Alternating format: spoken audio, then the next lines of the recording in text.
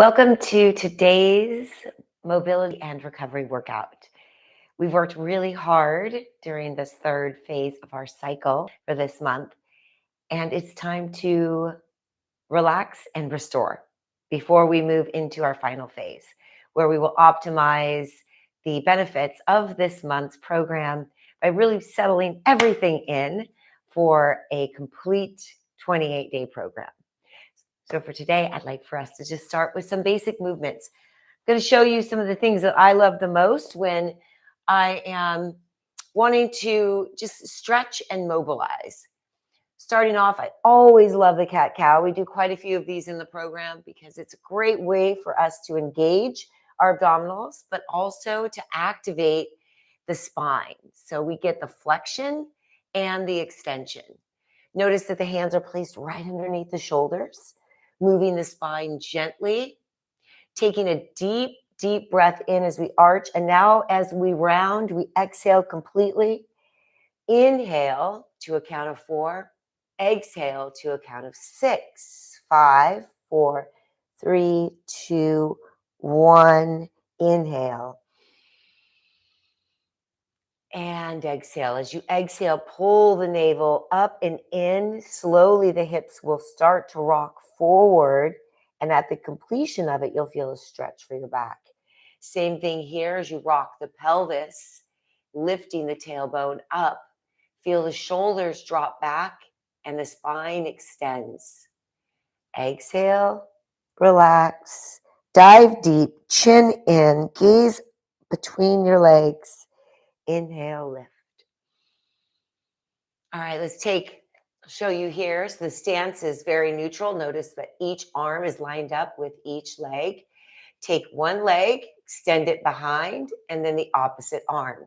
So in doing so, we'll have the heel at the height of the hip. Try not to extend too far over because then we'll go into back extension. We want to stay neutral. Tap and lengthen.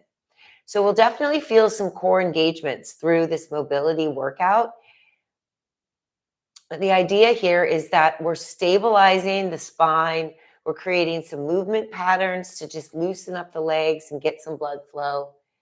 Coming out, extend and reach, tap back in. So we'll do about 10 of these with a really stable spine. So minimal movement, just the arm and the leg. Then we'll switch to the other side. Down and reach. Breathe in and breathe out.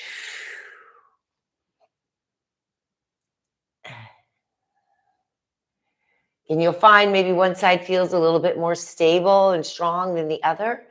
Just take notice of any differences that you have when we do this unilateral work, which is one-sided, or also working across body. Since we're reaching with the opposite arm and leg, helps to kind of coordinate movement, similar to walking, running, just general movement patterns that we use daily. Finish your 10. We'll go right away into a downward dog. You kind of shake it out first and then take it downward facing dog. So it's a shortened down dog so you can anchor the heels. Take a deep breath in here. Shake out your head as you exhale. Take same thing, opposite arm, opposite leg. This time we'll alternate. Push back into the heels. Release one arm, tap to the opposite heel. You're going to look underneath that arm. Then back to placement into the shortened down dog and then reach. So just notice if this feels pretty good. You feel pretty stable on the heels of the hands and the heels of the feet. Now, if you have ability to go a bit longer, do so. You'll push back a little bit further, maybe even come out to a plank for a more advanced version, pressing back. Requires a lot of shoulder strength and stability, so do what feels best for you. Breathe in, breathe out.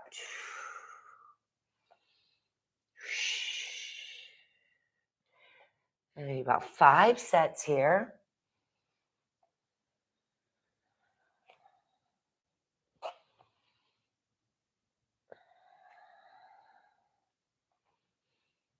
And when you finish up, go ahead and come down into child's pose. Deep breath in, exhale, deep breath out. One of my next favorite mobility exercises is a revolved puppy. So the knees will go out a little wider than your hips now. It's a bit more distance. The hand comes right underneath. So it's a little bit of a diagonal, but it's right there at that center line. Open up. And as you do that, feel the oppositional force pressing down into the ground as you slide the arm underneath you. Gaze up around the shoulder of the direction that you're twisting. Breathe in and breathe out. Breathe in and breathe out.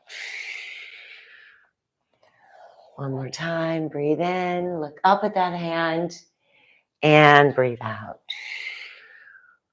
You can take that other arm and slowly bring it back behind you, opening up that shoulder the direction that you're twisting. Rest your temple on the floor and relax. Breathe in and breathe out. And the tailbone sits up pretty high, as you can see here. A couple more breaths. Just trying to activate the parasympathetic nervous system at the same time. We're also kind of instigating some movements that create some strength and control. So take that hand back from that bind, come back up here. We'll go to the other side. So again, that arm comes in at the diagonal. So the other arm can reach up and slide through. Breathe out. Again, inhale. Open up. Press down to reach up. To get that space and length. Fold it underneath you. Gaze up. Then over the shoulder in the direction you're twisting. Notice that the hips will kind of slide back towards the heels. Spine stays straight as it twists. Keeps you nice and neutral in that movement. One more, we'll just hold here. The arm can come back around and bind to the other side. Relax your breath, close your eyes.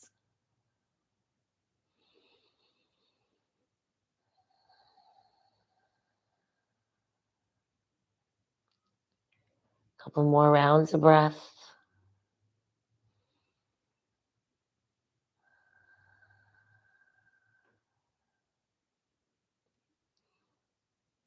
Back to center. We get to a stage in our life, recovery practices are really important. Because when we have the recovery practices, it allows us to do the things we love, which is train harder. So now I'm going to come into a position where I'm on the fists, nice and strong. Coming into bear pose, lift up, so push down through those arms and activate them. Notice the spine goes nice and straight. The knees are off the ground. Just hold for 10 seconds. Breathe in, breathe out. Now, if you're good here, feel challenged but not complete, keep going. Give yourself another 10 seconds. Otherwise, take a break. And now if you took a break, come back in and join us. Now, if you're here and you still feel pretty good, go for another 10, 9, 8, 7, 6, 5, 4, 3, 2, and 1. Great work. So after we did some rotation, we come back to a little bit of stabilization. Now moving on to the hips, we're still going to keep this rotational flow going. It's really important that we stay vital in these movement patterns of rotation, especially if we sit all day. Our body loves to be able to generate some energy in that transverse plane. It's more of a circular plane. So take yourself into a 90-90 where you have your knee at a 90-degree angle on both sides. You can even give yourself a little nudge down if the hip feels tight. Notice my knee is a little bit behind. I'm going to push it back here, taking it forward. Gently press into that stretch. Feel a little bit of work there in those external rotators. Coming back around, this other side. I'm going to guide that leg down. Press forward. And then come back. Fingertips behind you, open the chest, and gently drop. Find your positioning, take your time so that you know your alignment is strong. And the back is relatively straight before you hinge over it. Inhale back to center and around. Now, if you find any difficulty in that, you can shorten it up, stretch over, come back, stay in what we call a shin box. Find what works for you and where your mobility is.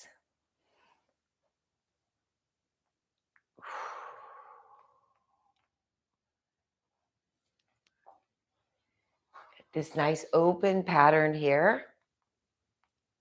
So let's move a little bit deeper now. Come all the way up. Step into one leg. So you're out to the side. It's a knee side lunge. Press into the whole foot. So you get this nice dorsiflexion here. And working that ankle mobility as well as stretching through the back of the leg all the way up through and into the hip. So you can see it goes anchored down from the bottom of the leg all the way to the hip. So it's the ankle joint to the hip joint. I'm going to add in a little bit of a side reach. So that way from that knee joint all the way up through to the shoulder, you get that stretch, pulling back. Maybe fingertips can come to the floor. If not, hand on the hip. Reach up and over and stretch. And we'll go back and forth. And if you like this opposite hand and come down, it's right inside that big toe and up and over. Breathe in, breathe out.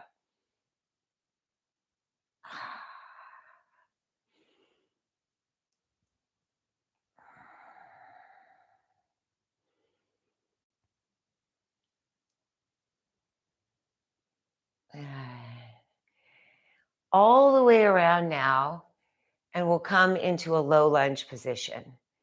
Bend as deeply as you can. Of course, it'll be different for all of us. Hands might be on the hips.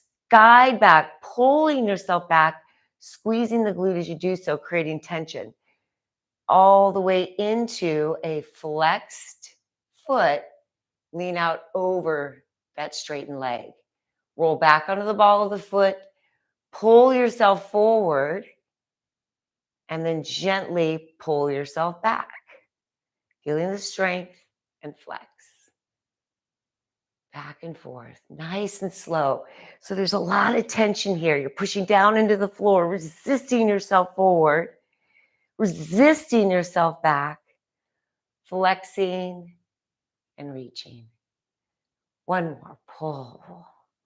All of this strength in you. And then release and engage the strength again. Nice tight tush. And then press back. Very nice. Take that foot in front of you, bring it in. Hands can come to the floor. Go ahead and stand yourself up. Lean over that front leg and dive forward. Let your head relax. Breathe in, breathe out. You can keep it kind of mobile by gently rocking forward and backward. If it feels like a tight stretch, you can also grab some blocks if you need it. Put your hands on those.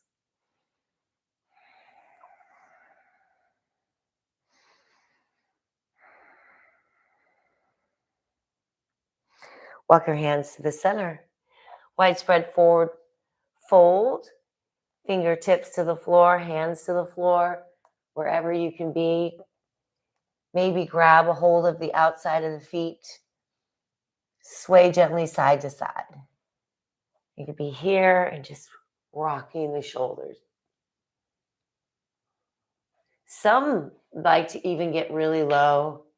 Come down here, open up through the hips, rocking side to side. Just giving you a bunch of different options. Lifting up, pressing through. Maybe go even wider. Walk to one side and fold. Breathe in, breathe out. Walk to the other side and fold.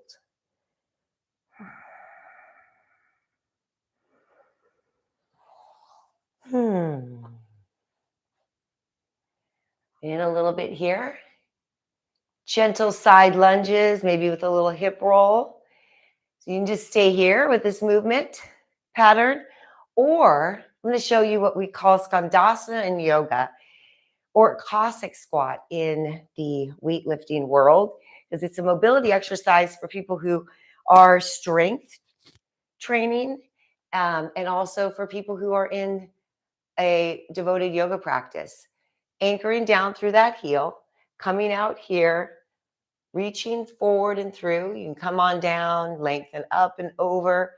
Hand can come to the floor. Bum can stay off the floor. You want to try to keep that knee nice and strong. And turn the foot out a little bit. Anchor as best as possible. You can even see how much mobility you have and the ability to pop up from it. Coming back down, popping up. Sort of a test of where your range of motion is. All right. And on back. So you might just have been here. That's fine. All right, let's go to the other side. We're going to come down onto the knee. So we right underneath the hip. So other leg out to the side, bend in, straighten. So just finish up this little series on this side and we'll be done.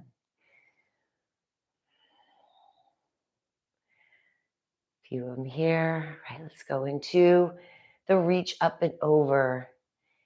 And we're looking for that nice flat foot. Hand comes down. Extend and lengthen. And again, inside the foot, a little more depth. Reach up and over. And exhale.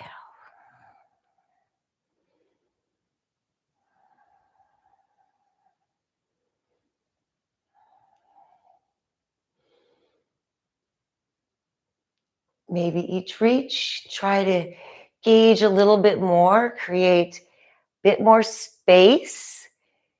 Always lifting up before we go over. That'll give length to the spine in this lateral flexion. I'll reach up, up, up, and then over.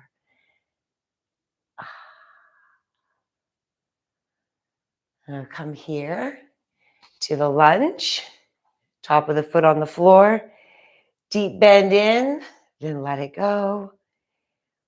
Gauge that back glute, squeeze and pull yourself back all the way to the flex foot. Driving back, reaching the chest forward, keeping the hips nice and squared off, and do it again.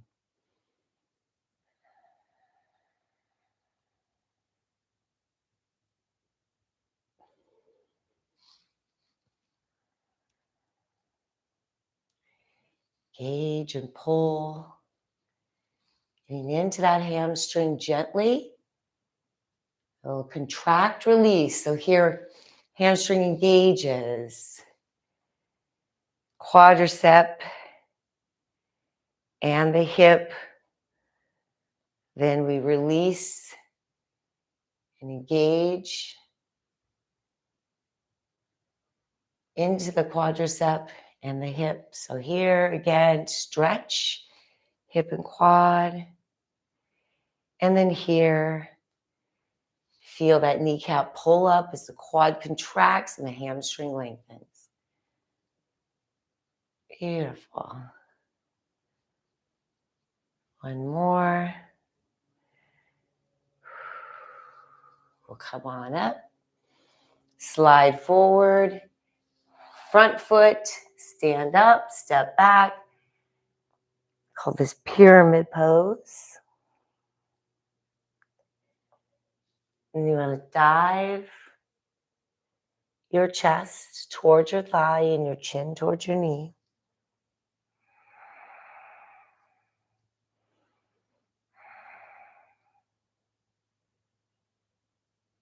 And you can rock it always forward and back. Grab those blocks. Then we'll bring ourselves to a medium widespread pose.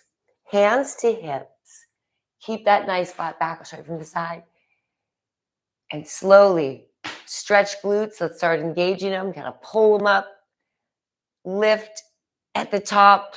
Push forward and squeeze. Take it to the center line here. A couple of heel clicks to the back. Arms up over your head. Gentle sway side to side, half moon. Feet are together. Arc your body into that lateral flexion, stretching from that hip flexor all the way up underneath the arm, engaging into the strong arms as they hug the side of your head, feeling one unit as you sway steadily and with control. Breathe in, breathe out. At the top of the movement, we always get as much length as possible before we arc to the other side. Baby back bend. Inhale, reach up with the chest as the back arcs. Arms up and release. Very good. We're all done with the mobility circuit.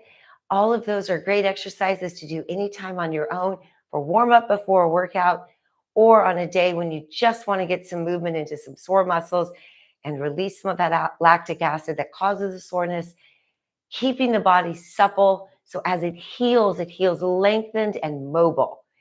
Very important in our practice as we are moving through more and more strength and we're building up this resilience to still have that ability to have flexibility and mobility in our practice. All right, have a wonderful day, and I will